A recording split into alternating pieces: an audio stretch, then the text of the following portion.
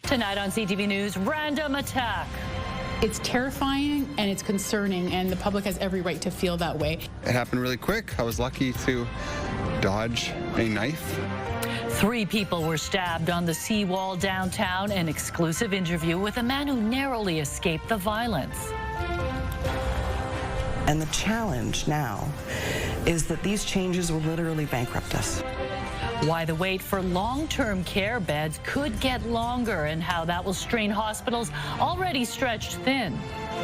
Our community loves this school. Parents fight to save an historic East Van school, concerned that this public land could turn into condos.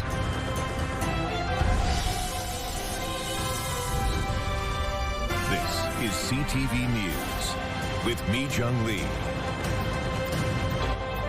Good evening. Thanks for joining us. We begin tonight with a terrifying stabbing spree on the Yaletown seawall.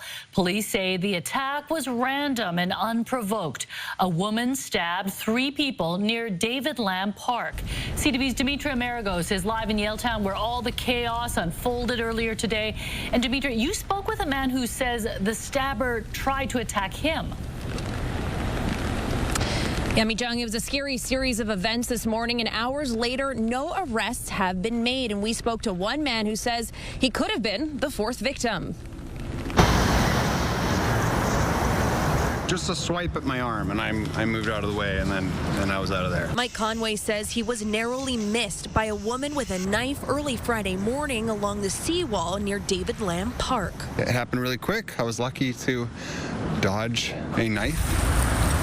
Conway says the woman took off past Elsie Roy Elementary School towards the Roundhouse Community Center. I was going to go track her down with my van, but instead was one of the first to call 911. I looked forward and I went past her a bit. I saw that there were other people along the wall that were obviously in distress. 3 people were stabbed and taken to the hospital with non-life-threatening injuries. As soon as you realize there's an attack going on, it kind of changes the atmosphere of everything. The VPD says the attacks were random and unprovoked. Everybody was in a state of shock. The suspect is described as an Indigenous woman in her late 20s, early 30s. She's between 5'3" and 5'7", has a slim build, and long dark hair worn in a ponytail.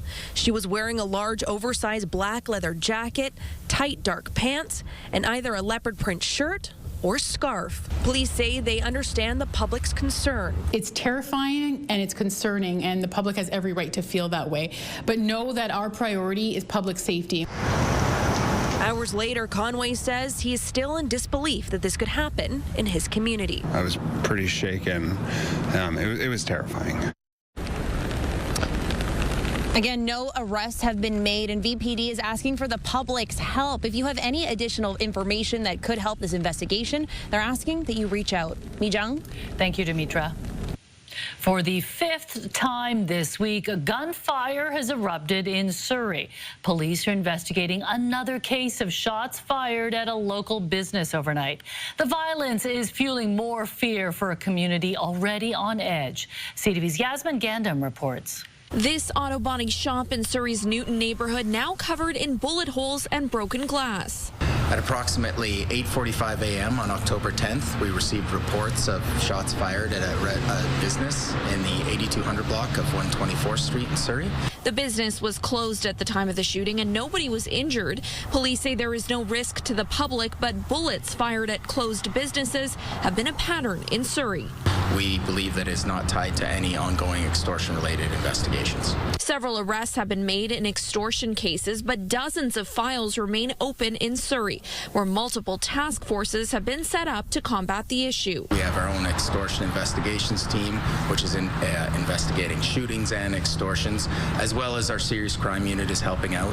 So we have members performing targeted patrols in areas that have been frequented by these shootings. It comes as bullets were fired at 2 locations of restaurant chain Ustanji earlier this week. That's in addition to 2 other shootings that took place in the city Monday, which police believe are not linked to extortion. threat. I don't know the exact reason for that, except to say that sounds like copycat that are out there just to take whatever they can get.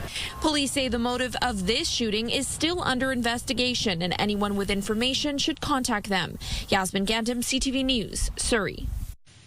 Emergency crews remain at the scene of a serious crash in Richmond that forced the closure of northbound lanes on Highway 99.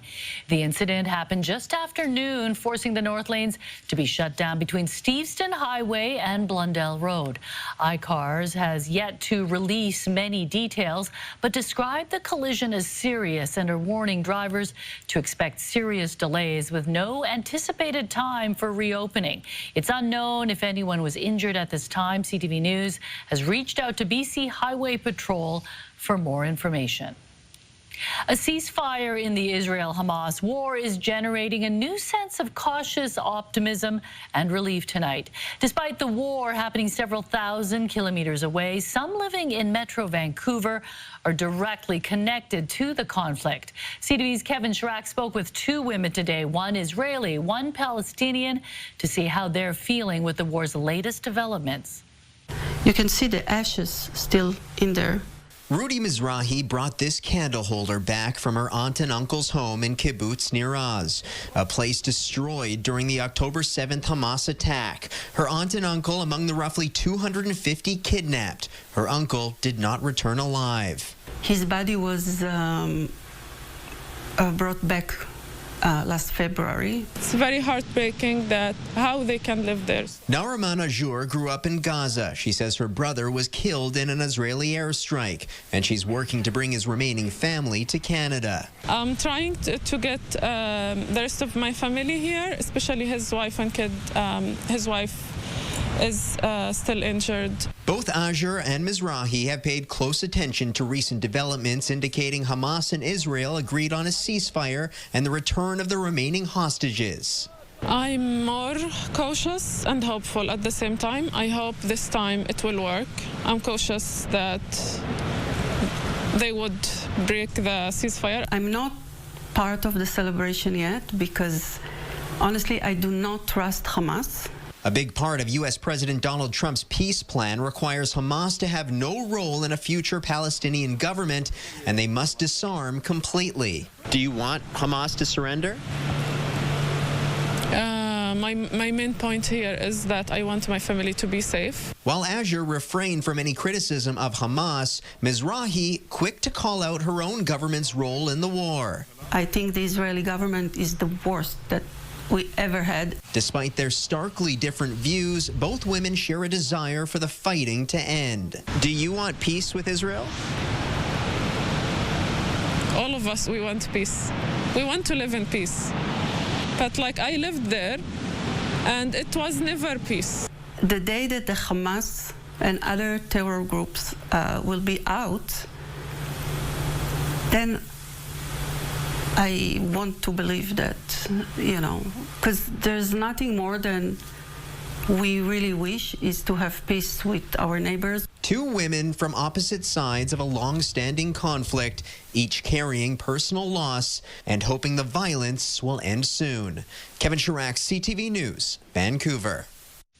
Thousands of seniors are facing an uncertain future after the province is ending funding to some long-term care facilities. It's part of a long-term strategy that may lead to the closure of beds for the elderly and longer hospital waits for the rest of us. Our Penny Daflos explains.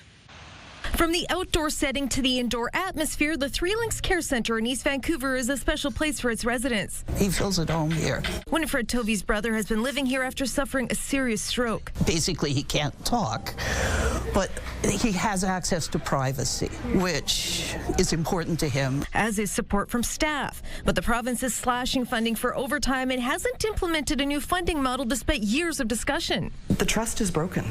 We were promised for years around this, and the challenge now is that these changes will literally bankrupt us. Across the rest of the healthcare sector, they are still relying on overtime and agency staffing, just like our people are. Not-for-profit care home operator operators representing 1,000 beds came to show solidarity, warning they're all facing the prospect of reducing beds or shutting down altogether. 3 Links could face that decision as early as next year. That is the absolute worst case scenario, that 90 seniors would have to find somewhere else to live, because we know there's a shortage of beds. British Columbia has only about half as many long-term care beds as we need for the size of our population. Losing any could have big impacts, even in the emergency department. Some seniors are spending months in hospital because they're well enough to leave but can't live independently. As they wait for care home space, there are fewer beds for patients who need hospital admission, leading to longer waits in the ER.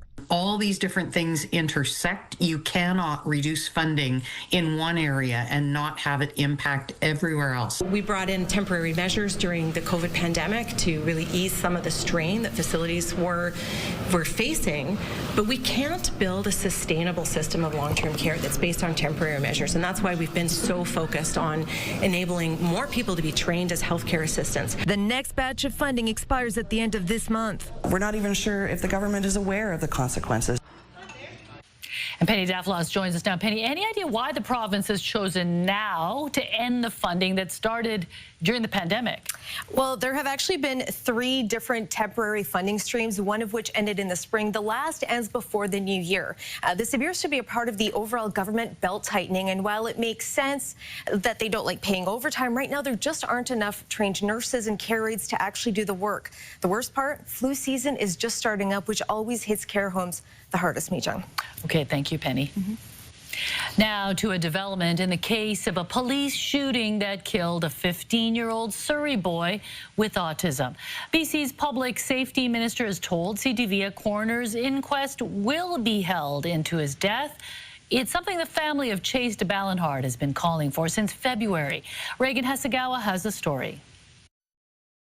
Chase wanted to change the world, and he is. I'm just sad that it came down to my son's tragedy for there to be change and for us to grow. Chase de Ballenhard left his Surrey home in February carrying an unloaded pellet gun, not realizing the danger. RCMP responded to a call about a person in distress and shot the 15-year-old dead. His parents say, as an autistic teen who functioned like a 10-year-old, he didn't understand how his actions could be perceived. Now, for the first time publicly, the public safety minister has confirmed there will be a coroner's inquest.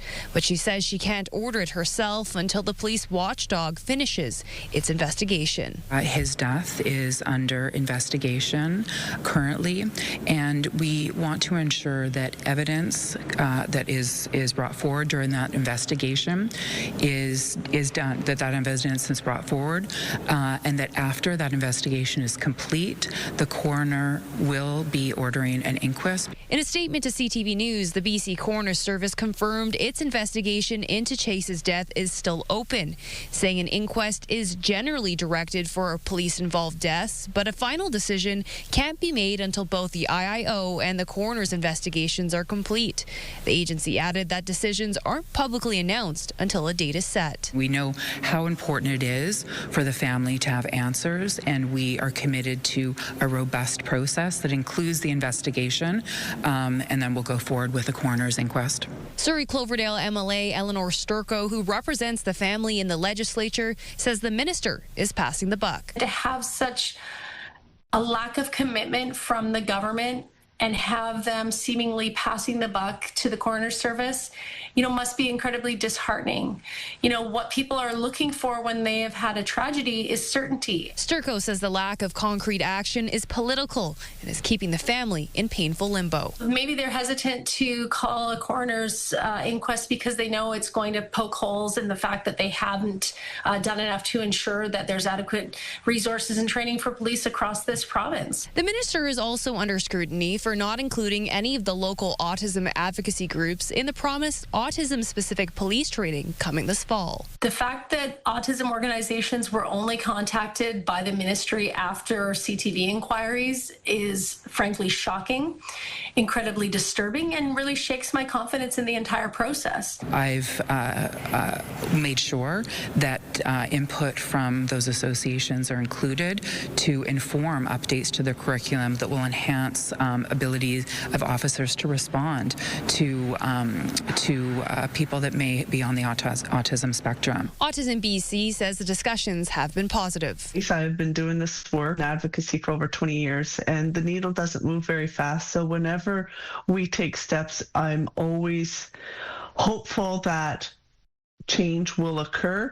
The minister says the updated training is still expected to roll out this fall. But for Chase's family, the promise of a coroner's inquest remains just that, a promise with no date and no end in sight. Reagan Hasegawa, CTV News, Vancouver. The province is preparing to begin its annual vaccine rollout next week as another respiratory virus season sets in. For those who are vulnerable, who actually have some type of chronic condition like diabetes, high blood pressure, live in a nursing home setting, let those people get theirs first, and then everybody else go the second week. And then we will definitely be able to help with walk-ins at that point as well. Appointments for both flu and COVID-19 shots will begin on October 14th, starting with those at highest risk of severe illness. Both vaccines are available for free for anyone older than 6 months. Notifications with a booking link started to be sent out earlier this week and will continue into November. Looking at a live shot of Robson Street. The street kind of looks wet because it was raining. Who turned the lights out? It's so dark now. Already. The street lights are on already. Yeah, wet outside right now, so have your umbrellas handy, and we'll continue to do so as we head into tomorrow morning as well. Right now, cool temperatures across the board with the rain. 11 at the harbor, 12 in Burnaby, in North Vancouver, Surrey, as well as in Pitt Meadows. That's what you're seeing in Abbotsford and Chilliwack as well. 13 in White Rock right now. So rain will continue as we head through the overnight, dropping down to 10 into tomorrow morning. We will see some light rain, but then it dries up in the afternoon, 13 degrees with some sunny breaks. CTV Weather brought to you by Expedia Cruises. Explore the endless possibilities at one of our 36 BC locations. Learn more at expediacruises.ca. And the sun comes back out just in time for the holiday Monday, and it continues early next week. I've got those details coming up. Okay, we are getting some sunshine this long weekend. All right, thanks, Ann. Some parents in East Vancouver are fighting to keep a school in their neighborhood. It's been closed for years and is at risk of being permanently shuttered. But as CTV's Isabella Zaffarisi reports, they believe the school is needed as development in the area is only projected to grow. Before the school bell rang Friday, students spent the morning sharing their love of Sir Carlton Elementary School. We really care about this school and we need the space. Carlton Elementary near Kingsway and Joyce is more than 100 years old.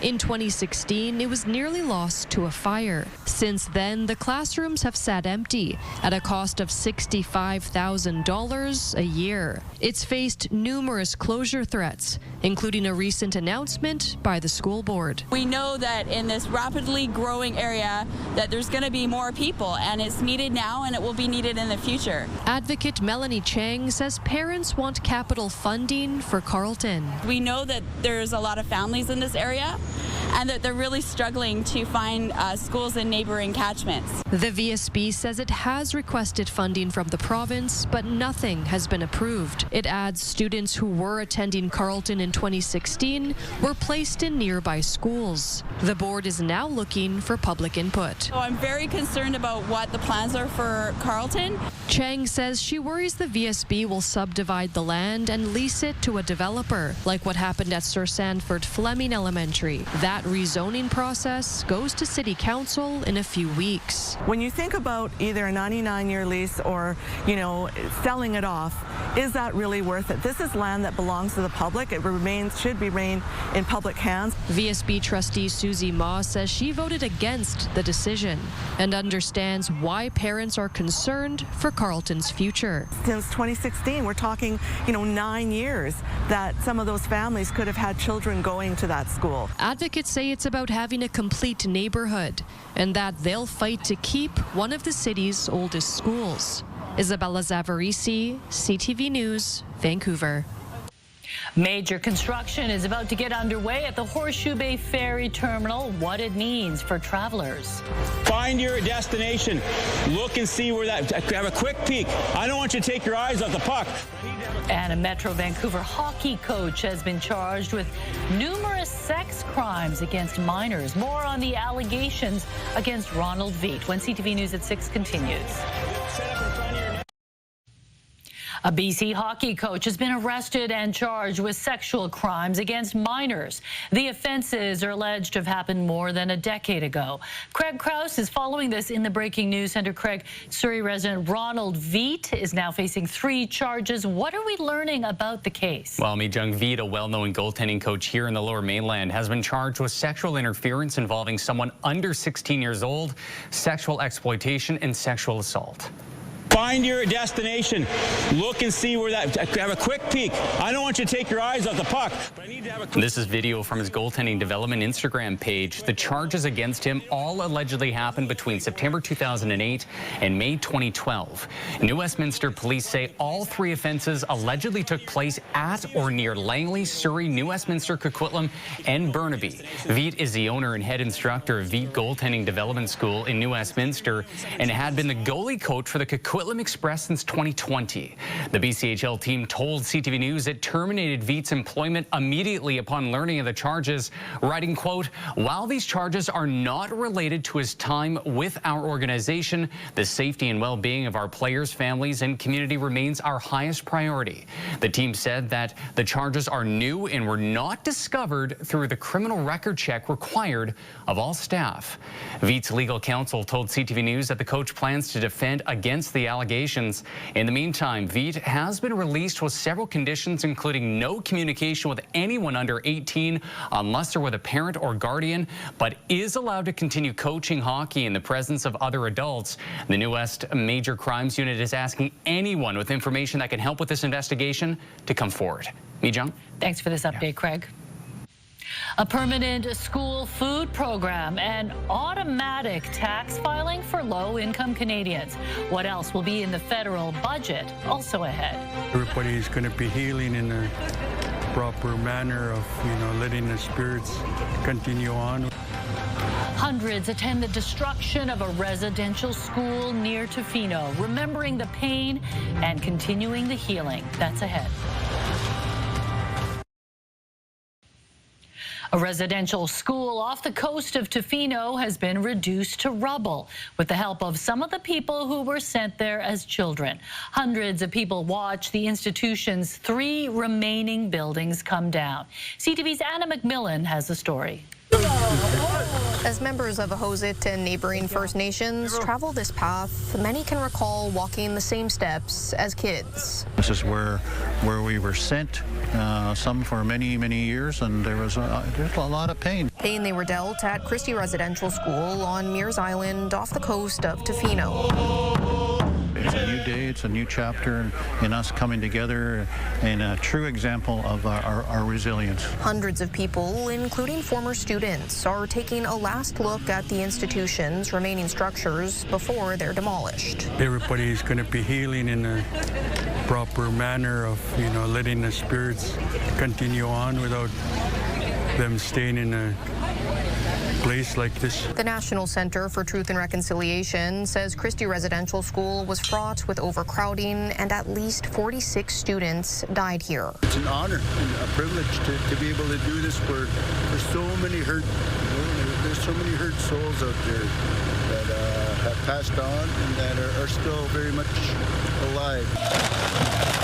Some of the survivors are on the demolition team. I remember my first day here like it was 2 minutes ago, of how scared I was. The institution opened in 1900, operating as a school until 1971, and then as a student residence until 1983. Before the buildings came down, Thomas John plucked this bowling pin from the gym. I survived a residential school, so I'm just going to take this home and just remember where I was and where I'm going now from here. A memento serving as a symbol of strength and a reminder. Survivors could have been knocked down, but they're still standing.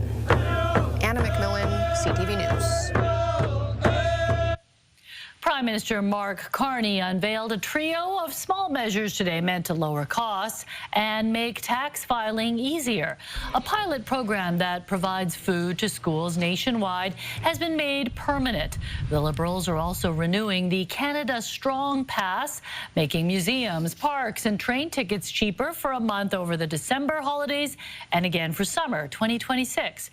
The Prime Minister also announced that starting next year, the Canada Revenue Agency will automatically file taxes for low-income individuals. This program will pay out hundreds of millions of dollars in benefits in the next few years that would otherwise be left unclaimed. The announcements come just weeks before Carney unveils his first ever federal budget. Big changes to those traveling from Horseshoe Bay to Nanaimo when reservations will be required for all sailings. And why a washed-up octopus on a Gulf Island beach is attracting attention from marine biologists from around the world. Next on CTV News at 6.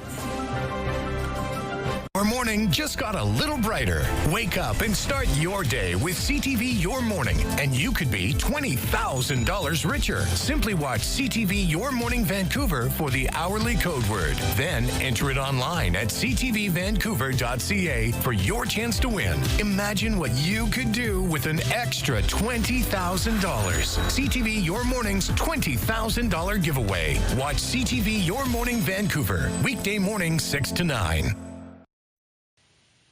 In less than a week, big changes are in store for the Horseshoe Bay ferry terminal, and travelers will be impacted. Starting Wednesday, BC Ferries says all vehicle passengers traveling to Nanaimo must book and pay in advance as the terminal undergoes renovations. And yes, they will turn you away if you don't. CTV's Sinjin Alexander has the details. This very crossing is on its way out. The pedestrian bridge that leads here, Horseshoe Bay's elevated holding deck. It's been around for decades, and its days are also numbered.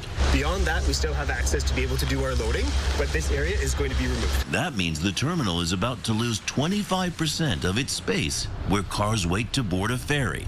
To avoid a nasty traffic jam, all vehicle trips to Nanaimo from Horseshoe Bay must be reserved in advance. And that's to ensure that we don't have backups on the highway and that we can get the customers that have those reservations through the terminal to get on the sailings that they booked. That control tower is coming down too. A temporary one will go up at first before an entirely new structure is built. And so that is going to need to be relocated so that we can actually take the structure down. Simply put, this big slab of concrete is getting old, still safe we're told, but closing in on its best before date. That's correct. Yeah, the elevated holding structure was, I believe it was first started being built in the 50s and 60s, and it's time now that we look to the future. That future is a long way out because this portion of the terminal will be overhauled. Construction could take 5 to 8 years, and those reservations will be needed throughout. Really important for people to remember to make that booking in advance. Unless it's an emergency, drivers without reservations will be sent to another terminal or to customer service to book on a different sailing. Again, this is only for trips between Horseshoe Bay and Nanaimo. Reservations are not required on the way back or on the other routes. Sinjin Alexander, CTV News, Horseshoe Bay.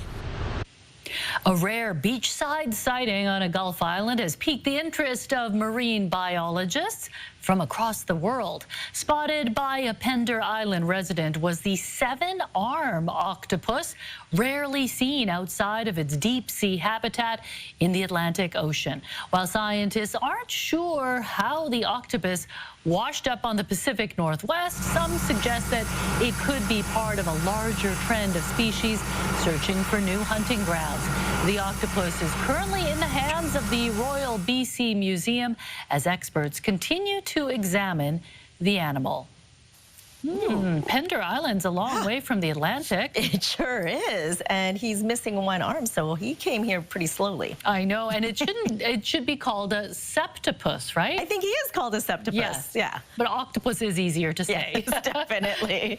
All right, let's take a look at our forecast as we head into the Thanksgiving Day long weekend. We do have a low pressure system that brought in the rain for us today, and we'll continue to do so as we head into tomorrow morning. As you can see on our satellite radar imagery, it is being pushed pushed up from south of the border, and we will see some rain for the south coast, but snow, believe it or not, for the Okanagan connector starting tomorrow afternoon into Monday morning. The snow amounts very variable, higher elevations, between 2 to 10 centimeters of snow, so do give yourself extra time and drive with caution if you're headed to and from that area. So here's a look at our weather tracker right now. We are seeing pretty much widespread rain across the lower mainland through the overnight. It clouds over into tomorrow. We'll see that rain push in again tomorrow morning, especially for the Fraser Valley. It dries up late in the morning hours for Metro Vancouver, but continues. And then for the Fraser Valley, we will get to see some sunny breaks in there as we head into tomorrow afternoon. You'll see some unsettled conditions for the southern interior. Your provincial forecast at the bottom of your screen.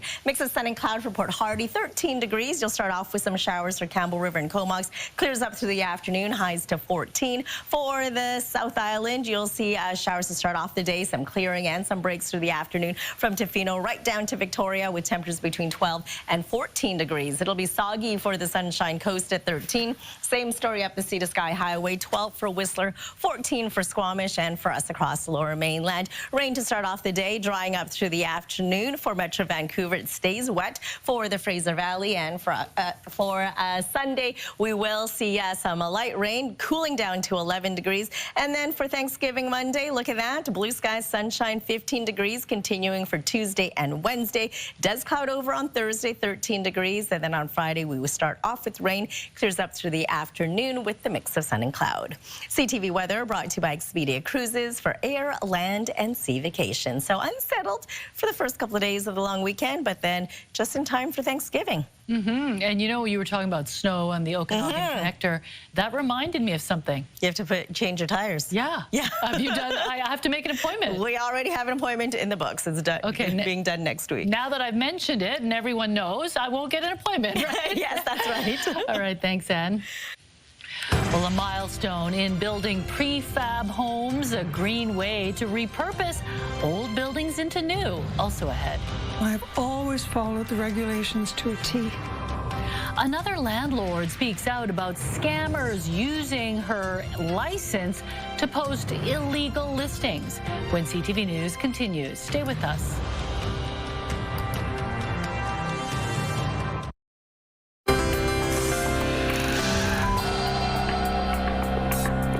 Taking a look at today's markets, the Canadian dollar traded for 71 cents to the American dollar. Oil was down $2.61, closing the day at $58.90 U.S. Gold gained nearly $28 on the day. The TSX and the Dow Jones finished the day lower, down 419 points and 878 points, respectively.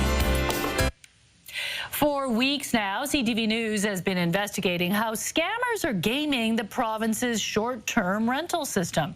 And tonight we have a story of a longtime Airbnb host whose valid license was used by fraudsters. As CTV's Shannon Patterson reports, the host ended up being punished. That's the room where they stay? For the past 11 years, Helen Hutton has been an Airbnb superhost, supplementing her pension by renting an extra bedroom in her Vancouver home to solo travelers from around the world. I've hosted about 570 guests, and I've always followed the regulations to a T. That includes paying for a municipal and provincial license. So the 77-year-old was shocked when she received this email from the province's short-term rental registrar on Wednesday, saying her license was being used across multiple listings in Vancouver. As a result, they were shutting down all those listings, including mine. She reached out to Airbnb, and the platform assured her it has protections in place that prevent a license from being used on multiple listings. They were making a note of all the details, and my listing would be safe. And precisely 2 hours later, my listing was deactivated by Airbnb. On Thursday, the province's short-term rental registrar called Hutton back to apologize. He simply called it an administrative error. Her listing was reactivated later that day, but all of her future bookings had been canceled. I was very distraught.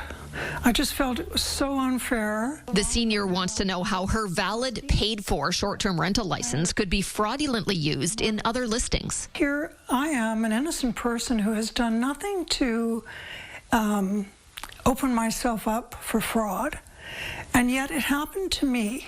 Airbnb blames the province, telling CTV News it automatically checks against the provincial registration system every 24 hours. And if that system contains an error, it has no choice but to remove a listing. Saying in a statement, we cautioned that the province's short-term rental system was being rushed when it launched in May. The government moved forward anyway, and unfortunately, legitimate hosts and British Columbians are paying the price. And I do understand the huge challenges that the province faces enforcing their regulations. I understand that. But I also think that a lot of mistakes are being made.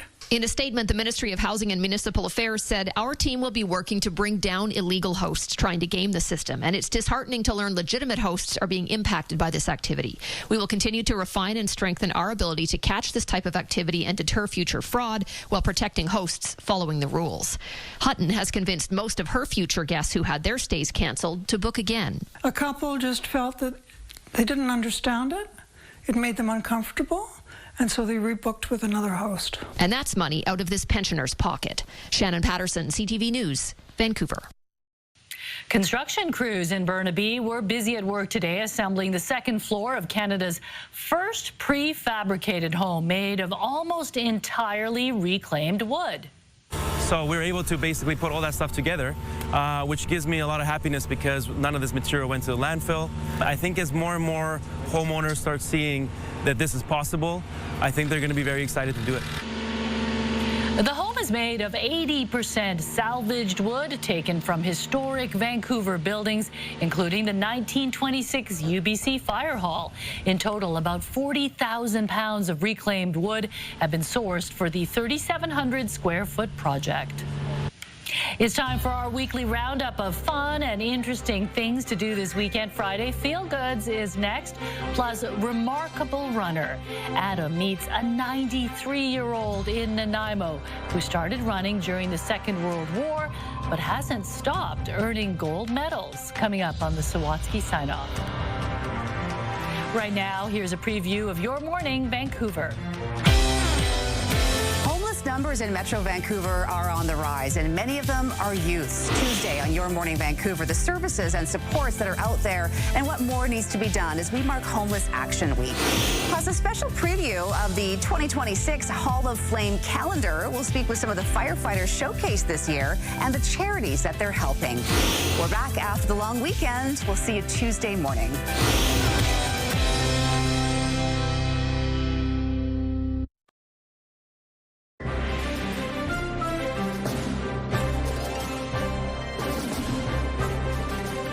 Prime Minister Mark Carney welcomed the head of FIFA to the nation's capital today. I brought you a little souvenir. No, it's not a souvenir, actually. It's my ticket. It's your ticket. Gianni Infantino was in Ottawa for a bilateral meeting with the Prime Minister ahead of next year's World Cup. Canada will host 13 matches next summer, including 7 in Vancouver. Carney and Infantino were also in Montreal to make an appearance at tonight's friendly between Canada and Australia. The Vancouver Whitecaps are on the road this weekend with a chance to take first place in the Western Conference, but the team say they are just taking things one game at a time. We have a game, and when we have a game, we want to win it. We don't look too much upon the finish line. We look just straight ahead, and I think that it's a game that we can win if we play up to our strength. The Whitecaps are tied with San Diego for top spot in the West with 2 games left in their season, while San Diego has just 1 match remaining. The Whitecaps will be without both Ali Ahmed and Jaden Nelson, who are on international duty with Canada. The Caps face Orlando City Saturday at 4:30. Here's O'Connor to Sherwood, in on the right wing. Kiefer Sherwood shoots, scores! What a way to start the season for the Vancouver Canucks. They took down the Calgary Flames at home in convincing fashion. They would put 5 on the board before the night was through, including a Brock Besser marker late to seal the deal. The Canucks will next hit the road for a game in Edmonton versus the Oilers tomorrow. Great start to the season. It's amazing. Hopefully good way, last. Yeah, good way to say goodbye to last season, yes. Right? Okay, it's time for Friday Feel Goods, a weekly roundup of unique events happening in Metro Vancouver. Here are 3 things worth checking out. The village of Fort Langley is getting ready to paint the town red tomorrow for its annual Cranberry Festival. Visitors can expect live music, food trucks, and local vendors celebrating the cranberry harvest. At the National Historic Site, the spotlight is on the cranberries' surprising role in trade and daily life in the 19th century. The festivities run from 9 a.m. to 4 p.m. A good chance to get your cranberries for cranberry sauce, right? That's right. And speaking of running, looking for a way to work off that Thanksgiving turkey, the annual Granville Island Turkey Trot gets underway on Monday. The scenic 10K takes runners from Granville Island over the Broad Street Bridge and along the seawall before looping back around. And it's all for a good cause, with proceeds supporting local food banks. And it's going to be a great day for it because the sun will be bright. It'll be a great way to work off the turkey. Yeah, and it looks like you have to wear a funny hat to go in the run, so it makes it even more festive, exactly. Right? Well, if you're in the market for some taxidermy or preserved specimens, check out the Vancouver Convention Centre this weekend. That's where the Oddities and Curiosities Expo will be taking place, where organizers of the traveling event welcome lovers of the strange, unusual, and bizarre artwork, jewelry, and antiques. Will also be up for grabs, along with small businesses specializing in all things weird. Ooh, that looks cool. interesting. I know, it's creepy. Strange and weird. Yeah, I might pass on the taxidermy, though. Yeah. Okay, well, if you have any events you'd like us to highlight, email your tips to ctvfeelgoods@ctv.ca. We'll get to the Sawatsky sign-off, but first, Craig, what's coming up tonight on the late news? We have a few things that we're tracking at this point, me and Jung. We're also following the developing story in Richmond, where the northbound lanes on Highway 99 remain shut down after what police are calling a serious crash. We'll have the latest on this as a long weekend begins. Also tonight, the Police Academy in BC is getting a funding boost. The provincial government is set to spend millions of dollars to increase the training capacity at the Justice Institute. The aim is to add nearly 100 seats per class. We will look into the numbers and how the program will work. This and more coming up at 11:30. Meantime. All right, thanks a lot, Craig. Finally, Adam learns a story of a remarkable 93-year-old runner who's been running for much of her life on tonight's Sawatsky sign-off.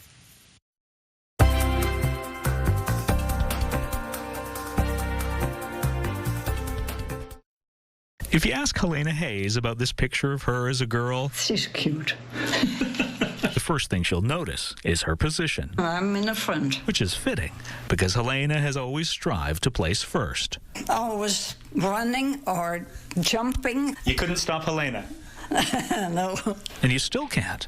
Although her 4-story building has an elevator, Helena always takes the stairs. I just got down here. And no matter the weather, the 93-year-old runs all around her retirement community's 5-acre property every day. Just love running, and I've done it for so many years that it's automatic. Helena started running as a child in Holland during the war, back and forth to school, more than a few miles return, hoping she wouldn't run into a Nazi along the way.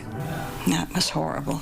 She says a couple neighbors were shot, another killed by shrapnel, and moments after her mom took her baby brother out of his crib, Piece of grenade come through the window right in his bed. He avoided a similar fate. And that was very scary. And yet, young Helena felt compelled to counter it all through kindness. Like when she chose teams for sports and started selecting the kids who always got picked last, first. Oh, they were so excited, and I think I did a good job because they really worked hard. So Helena kept choosing them until they improved so much that other kids wanted them too. To try your best to do as good as you can and hopefully help people to do the same. But although Helena hopes that her winning multiple medals at the recent 55-plus games, including 4 gold, will inspire other 90-somethings to start running with her, it's never going to stop her from striving for first. But it'd be nice if you have people doing it also, and then you could beat them all. Adam Sawatsky, CTV News, Nanaimo.